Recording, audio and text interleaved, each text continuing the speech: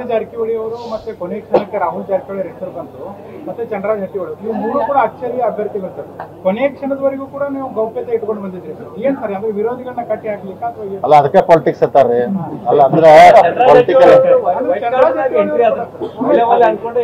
ಅಲ್ಲಲ್ಲ. ಈಗ ನೋಡ್ರಿ, ನಾನು ಚಂದ್ರರಾಜ್ ಹಟ್ಟಿಹೊಳಿ ಕ್ಲಿಯರ್ ಮಾಡ್ತೇನೆ. ಹೋದ್ ಸಲ 20ರಾಗ ಅವರು ಬೆಳಗಾವ್ ನಿಲ್ಬೇಕಂದಿರು, ಅವಾಗೂ ಸತೀಶ್ ಅವ್ರ ಬ್ಯಾಡ ಬಿಟ್ಟು ಕೊಟ್ರು. ಮೊನ್ನೆ ಬೆಳಗಾವ್ ನಿಲ್ಬೇಕು ಮಾಡಿದ್ರು, ಸತೀಶ್ ಅವ್ರ ಬ್ಯಾಡ ಬಿಟ್ಟು ಕೊಟ್ರು. ಖಾನಾಪುರಕ್ಕಿತ್ತು, ಅಲ್ಲೂ ಬೇಡ ಅಂತಲೇ ಬಿಟ್ಟು ಕೊಟ್ರು. ಆ ಮೂರು ಕಡೆ ಬಿಟ್ಟು ಕೊಟ್ಟಾಗ ಸೊ ನಾವು ಅಂದ್ರೆ ಎಲ್ಲೋ ಒಂದ್ ಕಡೆ ಅಕಾಮಿಡೇಷನ್ ಮಾಡಬೇಕು, ಯಾಕಂದ್ರೆ ಎಲ್ಲರಿಗೂ ಹಿಂದೆ ಸರಿಯಾಗಿ ಅನ್ಬಾರ್ದು, ಅವರು ಕೋಆಪರೇಟಿವ್ ಬರಲಿ ಅಂತೇಳಿ ಆ ಉದ್ದೇಶದಿಂದ ಮಾಡಿದ್ರು. ಅದಕ್ಕೆ ಲಾಸ್ಟ್ ಮೂಮೆಂಟ್ ಅಂತೆಲ್ಲ ಚರ್ಚೆ ನಡೆದೈತ್ರಿ.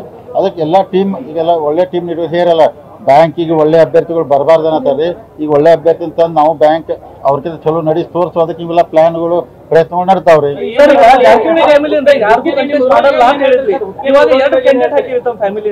ಹಂಗಂದಿಲ್ಲ ನಿಮ್ಗೆ ನಾ ಹೇಳ್ದ ಸಂಕಮ್ದಾಗ ಏನ್ರಿ, ನಾನ್ ನಿಲ್ಲುದಿಲ್ಲತ್ತೇನ್ರ. ಬಾಲಚಂದ್ರ ಜಾರಕಿಹೊಳಿ DCC ಬ್ಯಾಂಕ್ ನಿಲ್ಲಂಗಿಲ್ಲ, ಅಧ್ಯಕ್ಷ ಆಗೋದಿಲ್ಲ ಅಂತ ಹೇಳಿನ್ರಿ. ಅದಕ್ಕೆ ಕೆಲವೊಂದು ಮೂಮೆಂಟ್ದಾಗ ಗೋಕಾಕದಿಂದ ಅನಿವಾರ್ಯ ಪರಿಸ್ಥಿತಿ ಬಂದು ಅಮರನಾಥ್ ಅವ್ರನ್ನ ಹಾಕಿರ.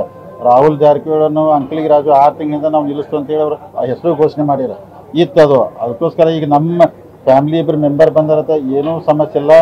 ಇವತ್ತು ಹೇಳತ್ತನು DCC ಬ್ಯಾಂಕಿಗೆ ಲಿಂಗಾಯತ ಸಮಾಜ ಅಧ್ಯಕ್ಷ ಆಗ್ತಾರು. ಇದೊಂದು ಕ್ಲಿಯರ್ ಇಟ್ಕೊಂಡು. ಯಾಕಂದ್ರೆ ಯಾರಂದ್ರೆ ಲಿಂಗಾಯತ ಸಮಾಜದ್ದು ಈ ಬ್ಯಾಂಕಿಗೆ ಭಾಳ ಸೇವೆ ಕೊಡುಗೆ ಇದೆ. ಯಾಕೆ ಮುರುಗೋಡ ಮಹಾಂತಜ್ಜನ ಆಶೀರ್ವಾದದಿಂದ ಅವ್ರು ಬ್ಯಾಂಕ್ ಕಟ್ಟಿದಾರು. ಲಿಂಗಾಯತ ಸಮಾಜದ ಭಾಳ ಕೊಡುಗೆ ಇದೆ. ಅದಕ್ಕೆ ಲಿಂಗಾಯತ ಸಮಾಜವ್ರು ಇರ್ಲಿ, ಎಲ್ಲ ಕಡೆ ಸಮಾಜ ಬೇಕಿಲ್ಲ ರೀ. ಅದಕ್ಕೆ ಅವ್ರನ್ನ ಮಾಡ್ಕೋತ ಹೇಳ್ತಾರೆ. ಯಾಕಂದ್ರೆ ಅವ್ರ ಕೊಡುಗೆ ಇದೆ, ಕೆಲಸ ಮಾಡಿದಾರು, ಅವ್ರದ್ದು ಭಾಳ ಶ್ರಮ ಇದೆ. ಅದಕ್ಕೋಸ್ಕರ ಲಿಂಗಾಯತ ಸಮಾಜ ಅಧ್ಯಕ್ಷ ಮಿಲ್ಕ್ ಡೈರಿಗೆ ನಾ ಅದನ್ರಿ, ಇವನೇನಕ್ಕೆ ಮತ್ತೊಬ್ರು ಅದಾರ, ಎಲ್ಲ ಸಮಾಜವ್ರು ಇರ್ಲಿ.